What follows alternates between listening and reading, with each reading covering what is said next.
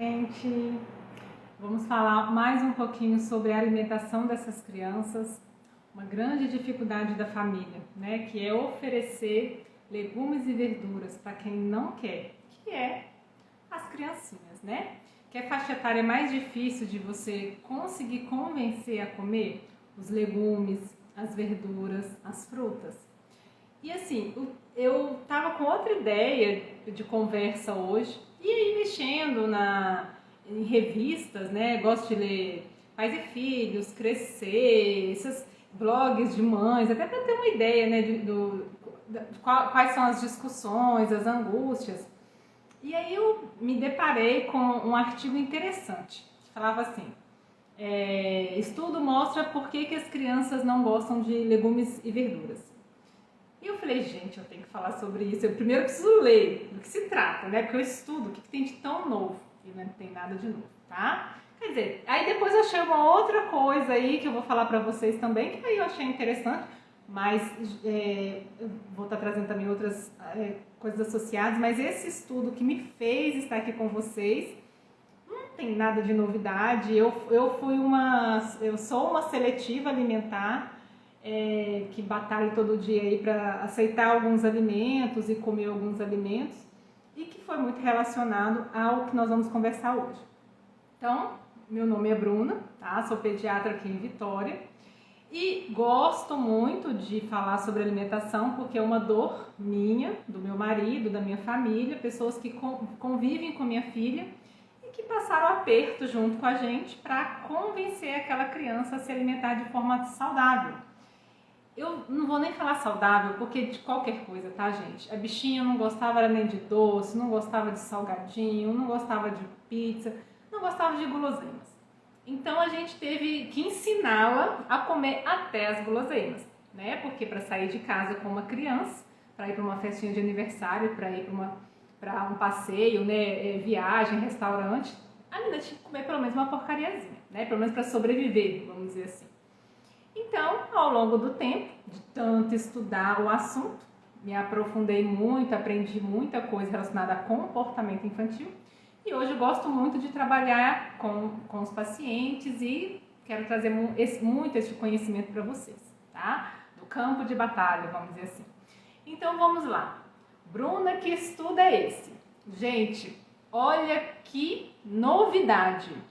Um estudo na Inglaterra descobriu que crianças não se tem, né, um pai ou uma mãe ou um cuidador que faz cara feia quando come os legumes e as verduras, passam a não querer esses alimentos. Nossa, que novidade, né, Bruna? Achei que você ia vir com uma bomba. Nossa, agora descobriram um grande motivo. Pois é, a frustração de vocês foi a minha frustração na hora, que eu falei, nossa, gente, que interessante, né? Qual a novidade em cima disso? Nenhuma. Na verdade, isso é uma conversa que eu tenho muito com os pacientes na introdução alimentar, tá? Com as famílias. Tive muito essa preocupação na introdução alimentar da minha filha, porque eu fui uma criança que vendo meu pai não gostar de alimentos saudáveis. Minha mãe come muito bem, sempre comeu muito certinho, né? Os alimentos, as verduras, os legumes, as frutas, sempre foi muito preocupada com isso. Mulher, eu falo que mulher tem mania de dieta, de redução calórica no dia a dia para manter o corpinho, né? E aí era minha mãe de um lado comendo de uma forma muito boa e meu pai do outro, mas é aquela coisa, né? Quem é mãe sabe que a criança, a menina, é apaixonada pelo pai. Então a gente acaba copiando o pai, né? Então, vendo aquele comportamento alimentar, com certeza foi sim algo que me influenciou na alimentação, tá? Eu fui reaprender muitos alimentos quando eu cresci. E tive essa preocupação com a minha filha. Então é uma conversa que eu tenho muito no consultório com os pais. Quando a minha filha começou a introdução alimentar, eu conversei muito com meu marido, porque tinha alimentos poucos, né? Meu marido come muito bem, assim, uma variedade alimentar grande. E eu com as minhas restrições, eu falei, olha, certos alimentos eu não vou apresentar, porque eu não sei nem se eu vou conseguir fingir que eu não estou com vontade, né, de passar mal em cima daquele alimento. E ele tinha algumas restrições dele, pouquíssimas, mas ele falou, nem me pede para oferecer esse alimento. E assim a gente foi trabalhando. E graças a Deus a gente conseguiu não passar, pelo menos, este trauma para nossa filha. E é uma conversa, gente. Pensa comigo, tá? Primeira coisa, criança pequena, quando está começando a introdução alimentar, ela não conhece, né? Tudo é brinquedo, tudo é novidade, tudo é lúdico. A criança leva tudo à boca, né? E vai levar a comida também à boca, vendo, né, o outro fazendo, né? O pai, o irmão, a mãe, o cuidador, né? Chama babá e tal, os amiguinhos na escolinha, fazendo a mesma coisa e acaba colocando. Pode ser que goste, pode ser que não goste. Mas pensa comigo, se aquilo é novo, tá? Para criança. Aí vem um outro que é de segurança, né? Uma pessoa confiável para aquela criança, uma pessoa que passa segurança para aquela criança. E aí a pessoa faz aquela cara de nojo na hora de comer o alimento. Ou faz aquela cara de que repulsa. A criança vai colocar na boca? Não vai colocar, né?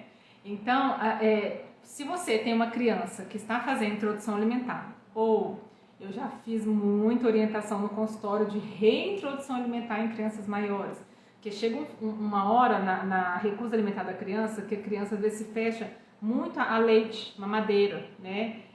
Que é o alimento desde pequenininho que ela conhece, né? Tem um saborzinho mais seguro para ela, mais do dia a dia dela. Então ela acaba se fechando muito aquele tipo de alimento. Então, essa criança vai se fechando a ponto de uma hora ficar só no leite. Então, eu já fiz reintrodução alimentar no consultório, de pegar a criança de 2, 3 anos, para orientar a família a reiniciar os alimentos sólidos, tá? Então, independente da faixa etária, gente, até essa criança crescer, até essa criança tomar conta da própria vida. E aí, quando que isso acontece? Às vezes nem com 40 anos, né?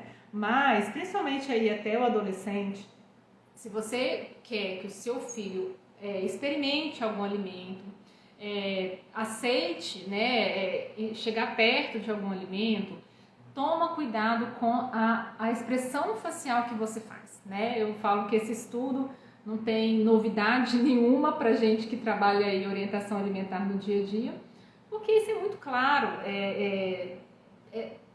eu falo que chega a ser óbvio, né? Se eu tô com uma criança que não sabe aquilo que tá ali no prato do outro, aí eu ainda faço cara de que aquilo é ruim, de que o gosto não é agradável, para que a criança que é insegura, que a criança não tem noção, né, não tem experiência de vida, para que ela vai colocar aquele alimento ruim, porque a pessoa que está do lado fez cara de que a coisa é ruim, né? Para que ela vai colocar aquele alimento ruim à boca? Então essa criança não vai colocar o alimento à boca.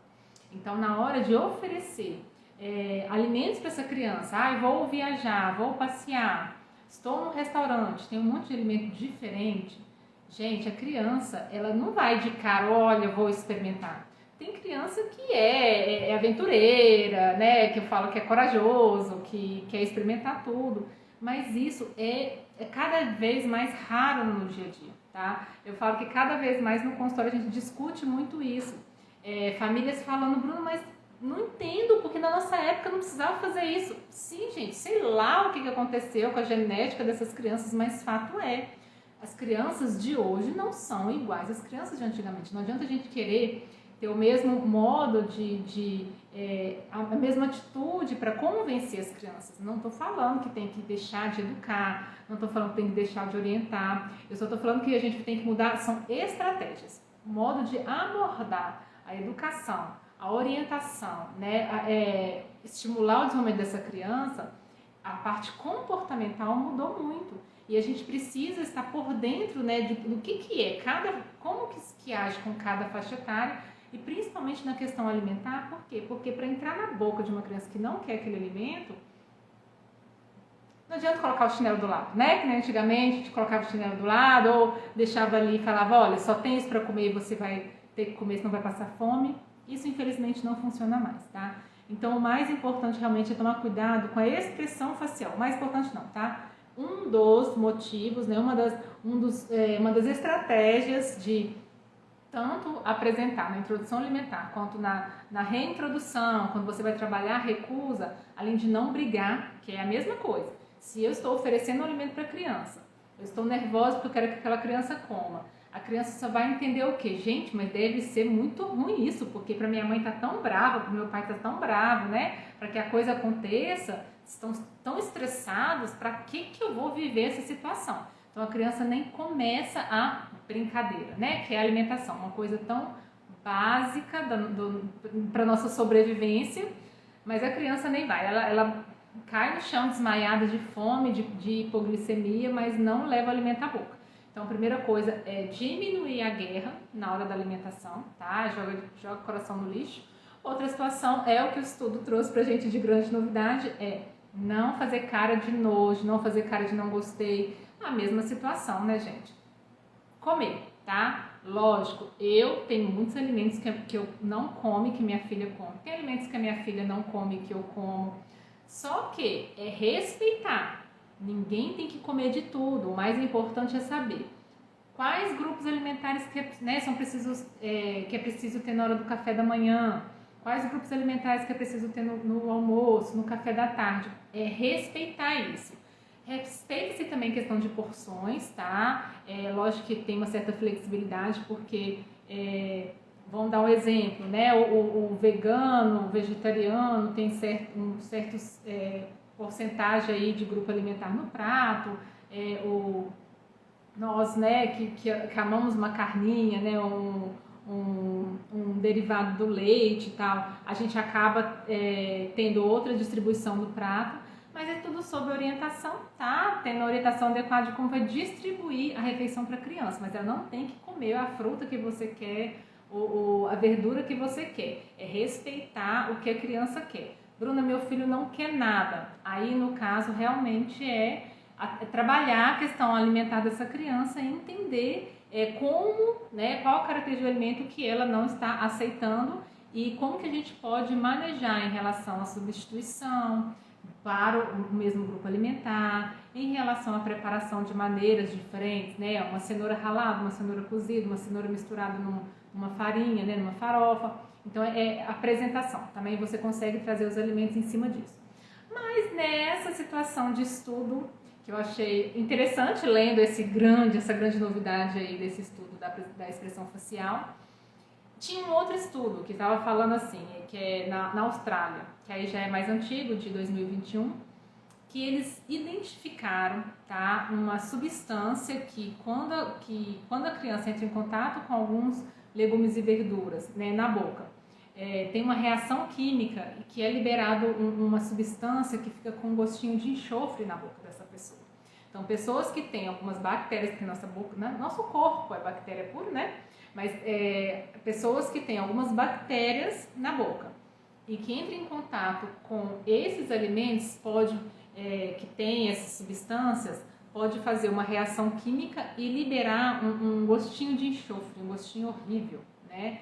E aí a criança passa a não aceitar aqueles alimentos. Todo mundo? Não. Algumas pessoas. Bruna, como saber isso? Tá? Gente, não é nem questão de como saber ou não. Voltando à questão do respeitar a aceitação alimentar da criança. Respeitar desde que não esteja prejudicando a criança, tá? E por que eu achei interessante trazer para vocês essa discussão dessa reação na boca, já que não tem como a gente saber? Existem situações, por exemplo, tem pessoas que têm alergia a alimento que é só local, é só na boca. A pessoa tem tipo um formigamento, uma sensação estranha quando o alimento entra em contato com a boca dela, então ela rejeita aquele alimento. Tem alimento que dá para a criança azia, que a criança tem intolerância e aí a criança rejeita o alimento. Então, tomar muito cuidado na hora da gente forçar a criança a comer e entender o porquê que a criança não quer aquele alimento. Se for muito pequeno e é difícil realmente a gente entender, e muitas vezes quando a criança é menor, não é nem por questão de paladar, muitas vezes entra ali na fase da birra e a criança começa a brigar com a família, utilizar o alimento como uma arma, né? Do tipo, vocês podem me obrigar a fazer tudo, mas comer vocês não conseguem. Ou usar mesmo o alimento para ter ali o cuidador do lado, que enquanto o cuidador está ali tentando fazer a criança comer, ele está presente, né? Está dando atenção para aquela criança, então tem muito disso na fase da birra, por volta de 1 ano e meio, 2 aninhos ali, que é uma causa de diminuição de apetite, de trocas, de substituições, tá? Então não é só a questão de saber se é ou não enxofre que está sendo liberado na boca da criança.